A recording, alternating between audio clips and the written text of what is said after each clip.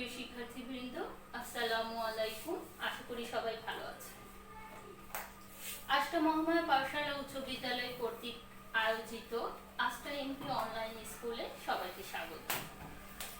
আজকে আমি নবম দশম শ্রেণীর পদার্থবিজ্ঞান নিয়ে ক্লাসটা করব এবং এখানে গত ক্লাসে আমি চলবিদ্যুতের প্রথম ক্লাসটা নিয়েছি। আজকে আমি তারপর থেকে তোমাদের সাথে আলোচনা করব। তো আজকে আমাদের দুটো টপিকস নিয়ে আলোচনা করব। একটা হলো বিদ্যুৎ প্রবাহের দিক আর একটা হলো ওহমের সূত্র। এখন দেখো, তোমাদের মনে প্রশ্ন আসতে পারে যে ওহমের বিদ্যুৎ প্রবাহের দিক, এই বিদ্যুৎ প্রবাহের দিকটা কোন দিকে? আমি তোমাদেরকে ধরো দুইটা বস্তু, আমি একটা সেল আঁকাইছিলাম গত ক্লাসে, বলেছিলাম যে এটা হলো ধনাত্মক আর এটা হলো ঋণাত্মক। তো বলেছিলাম বিদ্যুৎ প্রবাহ এদিক থেকে হচ্ছে মাইনাস। এখন তোমাদের মনে প্রশ্ন আসতে পারে যে বিদ্যুৎ প্রবাহ এই দিকে, ঠিক আছে। এখন ম্যাডাম যখন বলেছে তখন ঠিকই আছে নিশ্চয়ই, কিন্তু আমরা জানি তো প্লাস তো কোথাও দৌড়াদৌড়ি করে না, দৌড়াদৌড়ি করে কে? ইলেকট্রন। সবসময় আমরা দেখছি হয় ইলেকট্রন যায়, না হলে আসে। তাহলে এখানে যে মাইনাস যাচ্ছে, সরি প্লাস যাচ্ছে, এটা হলো প্লাস, তাহলে কি প্লাসটাই যাচ্ছে? এটা নিয়ে আমাদের একটু কনফিউশন আসে যে আসলে বিদ্যুৎ প্রবাহের দিকটা কোন। আসলে বিদ্যুৎ প্রবাহটা এভাবেই আমরা ধারণ নির্ণয় করে থাকি যে ঠিক আছে বিদ্যুৎ প্রবাহ এদিক দিয়ে যায় আমাদের হিসাবের সুবিধার্থে। আমরা যখন অঙ্কগুলো পড়ি সেই অঙ্কের সুবিধার্থে আসলে বিদ্যুৎ প্রবাহ এইভাবে দিই, কিন্তু আসলে প্লাস যায় না, যায় হলো মাইনাস। ইলেকট্রনটা এদিক থেকে এইদিকে যায়। তাহলে আমরা দেখলাম বিদ্যুৎ প্রবাহ যদি এইদিকে হয়, ইলেকট্রন প্রবাহ যদি আমাকে বলে ইলেকট্রনের প্রবাহ কোন দিক থেকে, আমরা জানি ইলেকট্রন যায়, প্লাস যায় না। তাহলে ইলেকট্রনের প্রবাহ যদি লিখি তাহলে ইলেকট্রনের প্রবাহ হবে এই দিকে, আর বিদ্যুৎ প্রবাহের দিকটা হচ্ছে এই দিকে। এটা আসলে আমরা আমাদের পরবর্তীতে আসলে ইলেকট্রনের প্রবাহ নিয়েই আলোচনা করি আমরা, কিন্তু আমাদের আসলে পরবর্তীতে যে অঙ্কগুলো আছে রোধের, এগুলো সুবিধার্থে আমরা বিদ্যুৎ প্রবাহটা এইভাবেই করি, দিকটা এইভাবে লিখি। তো আমরা জাস্ট মনে রাখবো যে বিদ্যুৎ প্রবাহের দিকটা যেদিকে যাচ্ছে, ইলেকট্রন প্রবাহের দিকটা তার বিপরীত দিকে। বিদ্যুৎ প্রবাহ যদি এদিকে যায় আসলে প্লাস যায় না, ইলেকট্রন যায়, তাহলে ইলেকট্রনের প্রবাহ হবে এদিকে, ঠিক আছে। তো এখন ধরো আমি তোমাদেরকে ওহমের সূত্রটা পড়াবো, তবে ওহমের সূত্রের আগে তোমাদেরকে কিছু বিস্তারিত বলতে যাব। সেটা হলো ধরো এখানে দুইটা বস্তু আছে,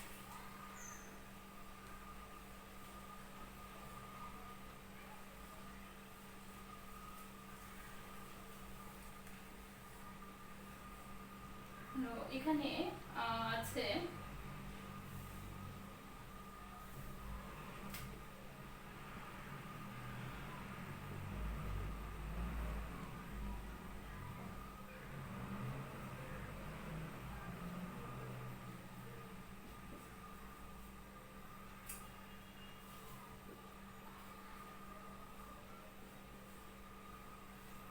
দুটো বস্তু এ আর বি, সি আর ডি।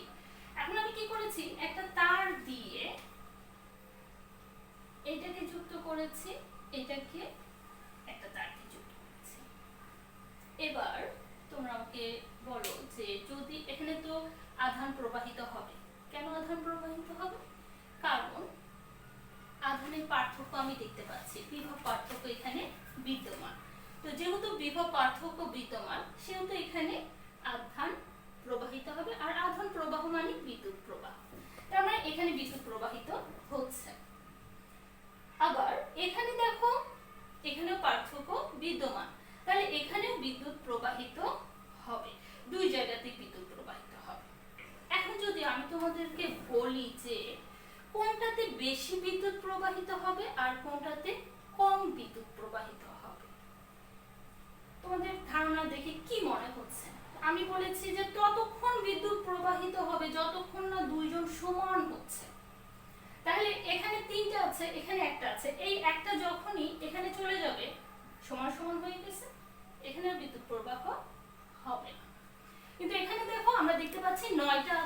আর এখানে একটা আছে।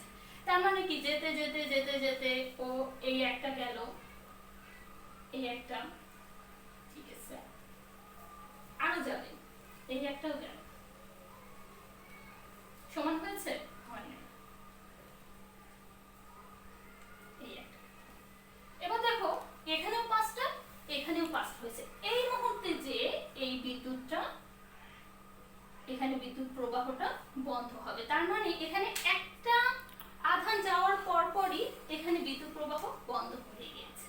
কিন্তু এখানে আমার 4টা আধান প্রবাহিত হয়েছে, তারপর এটা বন্ধ হয়েছে। তার মানে আমি দেখলাম যে এখানে বেশিক্ষণ বিদ্যুৎ প্রবাহিত হচ্ছে। এই যে বেশি বিদ্যুৎ প্রবাহিত হলো আর কম বিদ্যুৎ প্রবাহিত হলো, এটা কিসের উপর নির্ভর করে? দেখো আমি কিন্তু প্রথমে বলেছিলাম, এখানে যখন আমি প্রথমে ইয়াটা লিখেছিলাম তখন আমি এখানে কয়টা দিয়েছিলাম? 9টা দিয়েছিলাম। তার মানে এখানে 9টা আধান ছিল আর এখানে একটা। আবার এখানে যখন দিয়েছিলাম তখন এখানে 3টা ছিল, এখানে একটা ছিল। তার মানে আমি দেখলাম যে বিভব পার্থক্য যত বেশি হবে, বিভব পার্থক্য যত বেশি হবে, তড়িৎ প্রবাহ তত বেশি হচ্ছে। এটা ধীরে ধীরে সমান হচ্ছে, ততক্ষণ ধরে তড়িৎ প্রবাহিত হচ্ছে। আর এখানে একটুখানি যাওয়ার পরে শেষ হয়ে গেছে, কারণ বিভব পার্থক্য কম ছিল, তড়িৎ প্রবাহ কম ছিল। তার মানে এখানে আমরা একটা কথা লিখতে পারি যে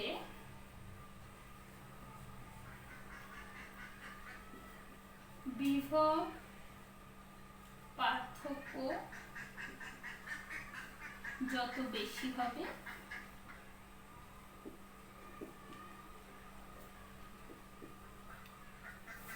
তড়িৎ প্রবাহ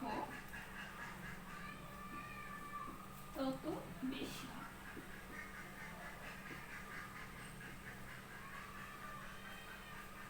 তাহলে বলো তো এই যে বিভব পার্থক্য আর তড়িৎ প্রবাহ, এদের দুজনের মধ্যে সম্পর্কটা কি? এটাও যখন বেশি এটাও তখন বেশি, এটা যখন কম এটাও তখন কম। তাহলে এটাকে আমরা কি বলি? এর আগে আমি তোমাদেরকে বলেছি এটাকে আমরা সমানুপাতিক বলি। সমানুপাতিক মানে দুজনের সম্পর্কের মধ্যে একজন বাড়লে আরেকজন বাড়বে, একজন কমলে আরেকজন কমবে। তাহলে এখানে আমরা কি লিখতে পারি? I সমানুপাতিক V। বিভব পার্থক্যকে আমরা কি দিয়ে প্রকাশ করছি? V। তাহলে I সমানুপাতিক V। এটাতে কারো কোনো সমস্যা নাই। আমার মনে হয় জিনিসটা তোমরা ক্লিয়ার হয়েছে। কেন I সমানুপাতিক V হলো? এই যে আমরা এই ছোট্ট একটা উদাহরণ দিয়ে দেখলাম যে যখন পার্থক্য বেশি হচ্ছে তখন বেশিক্ষণ ধরে বিদ্যুৎ প্রবাহিত হচ্ছে, আবার পার্থক্য যখন কম হচ্ছে তখন কম সময় কম বিদ্যুৎ প্রবাহিত হচ্ছে, একটু বিদ্যুৎ প্রবাহ হলে শেষ হয়ে গেল। আচ্ছা, এখন তোমাদেরকে একটা উদাহরণ দিই, আর একটা উদাহরণ। এখন তোমাদের মনে হতে পারে যে ম্যাডাম ঠিক আছে, আপনার এই কথাটাই ঠিক থাকলো, এখন আমরা যে তারটা ব্যবহার করেছিলাম, এই তার কি যে কোনো তার দিলেই কি একই রকম পাওয়া যাবে, নাকি এর জন্য আবার কিছু সমস্যা হবে, বা কোথাও এই তারের মধ্যে দিয়ে বিদ্যুৎ প্রবাহিত হওয়ার সময় কোথাও বেশি বিদ্যুৎ প্রবাহিত হবে, কোথাও কম বিদ্যুৎ প্রবাহিত হবে? এটা তোমাদের মনে হতে পারে। তো ধরো আমার একটা তার দিলাম, একটা সোনার তার দিলাম, একটা লোহার তার দিলাম, দুটো তারের মধ্যে দিয়ে কি বিদ্যুৎ একই পরিমাণ প্রবাহিত হবে, নাকি এখানে কোনো সমস্যা আছে? তো এটা নিয়ে আমরা একটু আলোচনা করি। বলছে কি যে ধরো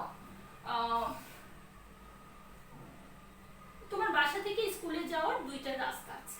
একটা রাস্তা খুব সুন্দর পাকা, একবারে প্লেন মসৃণ, আর আরেকটা রাস্তা কাদা, উঁচু নিচু। এখন তোমাকে যদি বলা হয় যে তোমাকে আমি 1 মিনিট সময় দিলাম, ঠিক আছে, এই 1 মিনিটে তুমি যাবে, 1 মিনিটে তুমি যাবে, তো কোন রাস্তাতে তুমি বেশি পথ যেতে পারবে? তো স্বাভাবিকভাবেই তোমাদের উত্তর আসে যে ম্যাডাম যে রাস্তাটা সোজা, একদম সোজা সুন্দর, সেই রাস্তাতে আমি তাড়াতাড়ি যেতে পারবো। আর যে রাস্তায় কাদো আছে, মাটি উঁচু নিচু, সেই রাস্তাতে আমরা কম সময়, এই 1 মিনিটে আমি একটু পথ যেতে পারবো। একইভাবে এখানে ধরো দুইটাই তার দিয়েছি, দুইটাতে আধান এখন সমান দিয়েছি, আধানই আমার ঠিক আছে, এখানেও 3টা, একটা এখানেও 3 জন আরো একজন।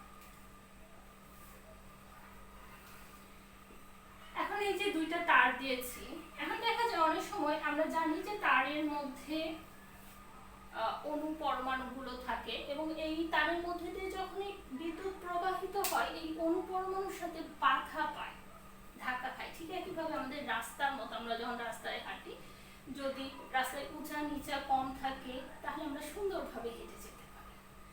আবার ধরো উঁচা নিচা বেশি, তখন সময় বেশি লাগে।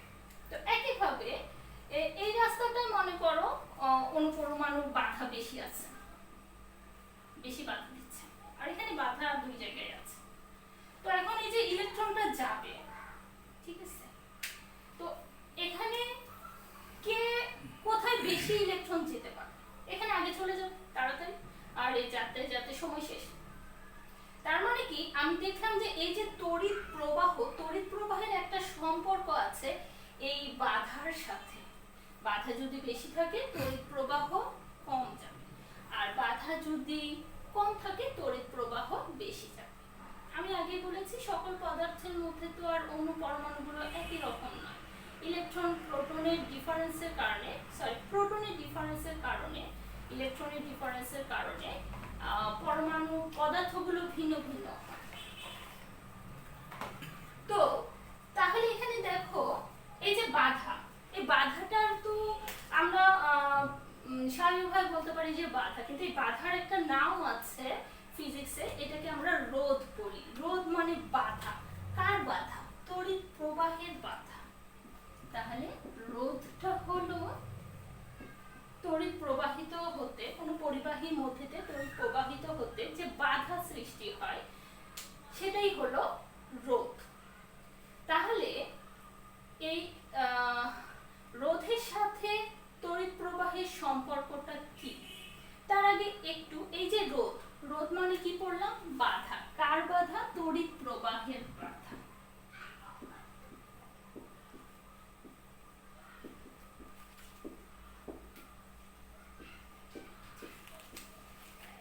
দেখো রোধ মানে তড়িৎ প্রবাহের বাধা। এই তড়িৎ প্রবাহের বাধাকে, এই রোধকে আর দিয়ে আমরা প্রকাশ করি। তড়িৎ প্রবাহ কি দিয়ে প্রকাশ করা হয়? আর দিয়ে। আচ্ছা, এখন তাহলে আমাকে বলো যে যদি আমি এই রোধ মানে এই বাধা আর তড়িৎ প্রবাহের সম্পর্কটা দেখাতে চাই, বাধা আর তড়িৎ প্রবাহের সম্পর্কটা দেখাতে চাই, তাহলে আমি কি লিখব?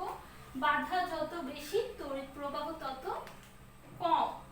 বাধা যত বেশি কম তড়িৎ প্রবাহিত হচ্ছে, কম দূরত্ব আমি যেতে পারছি, ঠিকই না, হেঁটে হেঁটে।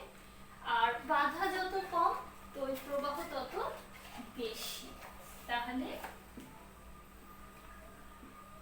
বাধা বা রোধ, রোধও আমি লিখছি, কারণ বাধা তো আসলে তোমাদেরকে বোঝানোর একটা টার্ম, কিন্তু আমার যখন ফিজিক্সে আমি বলতে যাব তখন আমি এর আগেও তোমাদেরকে বলেছি যে অনেক কথাই আমরা বলি, কিন্তু লিখিত ভাষা বা বইয়ের ভাষায় বোঝানোর জন্য অনেক ভাষা বললেও আমাকে বইয়ের ভাষাগুলোই ব্যবহার করতে হবে। তো রোধ, রোধ যত বেশি তড়িৎ প্রবাহ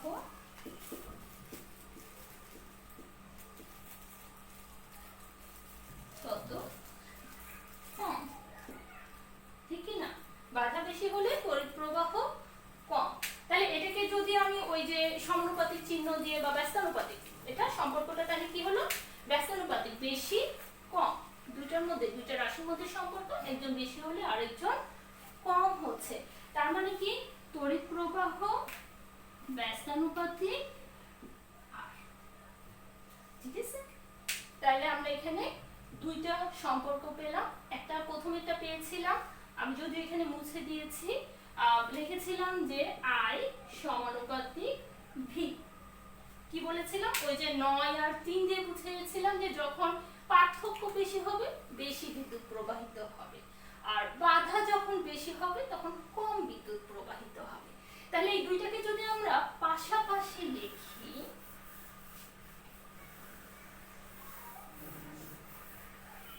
V সমানুপাতিক I সমানুপাতিক V ব্যস্তানুপাতিক R, তাহলে এই দুইটাকে যদি আমি একত্রিত করে লিখতে চাই ভি আই এর সাথে সমানুপাতিক আর আর এর সাথে ব্যস্তানুপাতিক। এই যে এখন যে সূত্রটা আমার সামনে উপস্থিত হলো, এটাই হলো ওমের সূত্র। তাহলে এই সূত্র দিয়ে আমরা অসংখ্য অঙ্কগুলো করব। আর তার আগে যেটা বলি যে আর আমরা এখান থেকে ভি এর একক জানি।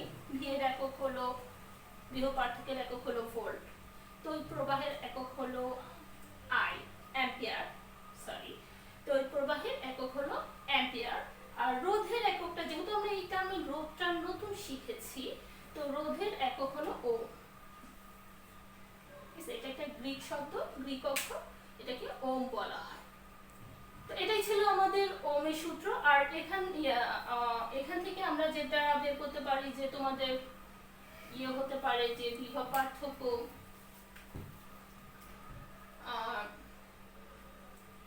আর আই, এটাই তো মাঝে মধ্যে এটার বিভিন্ন সূত্র আমরা একটা সূত্রে মাঝে মধ্যে যাই যে এরকম একটা লিখি যে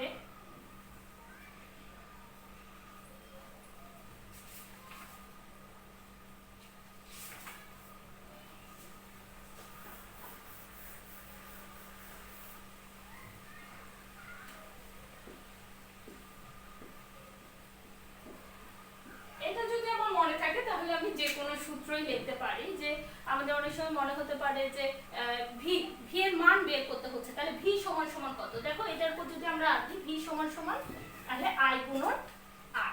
আবার যদি বলি যে আই সমান সমান কত, তাহলে আই এর উপর হাত দিলে ভি বাই আর। আবার আর সমান সমান কত, আর এর উপর হাত দিই, তাহলে আর সমান সমান ভি বাই আর। তো এটাই ছিল আমাদের। এই সূত্রগুলো বারবার আসে আমাদের, যে মাঝে মধ্যে ওই সূত্র থেকে আমাকে কনভার্ট করে লিখতে হয় বারবার যে কি কি। তো এইটুকু যদি আমার শুধু মনে থাকে, তাহলে যে কোনোটাই আমি খুব সহজেই বের করে ফেলতে পারি, শুধু ওইটার পর হাত দিই। বাকিগুলো নিয়ে আলোচনা করব, রোধ নিয়ে, আপেক্ষিক রোধ নিয়ে এবং তুল্য রোধ নির্ণয় নিয়ে কথা বলবো। আশা করি আজকের ক্লাসটা সবাই বুঝতে পেরেছো। আমি যেগুলো পড়াইছি তোমরা বাসার বইটা যদি অনুসরণ করো, তাহলে আমার মনে হয় খুব ভালো হবে। এবং তোমাদের যদি কোনো সমস্যা থাকে আমাদের পেজে কমেন্ট করবে বা মেসেজ করে পাঠিয়ে দিবে। সবাই ভালো থাকবে আর করোনার সময় চেষ্টা করবে বাসাতেই থাকবে।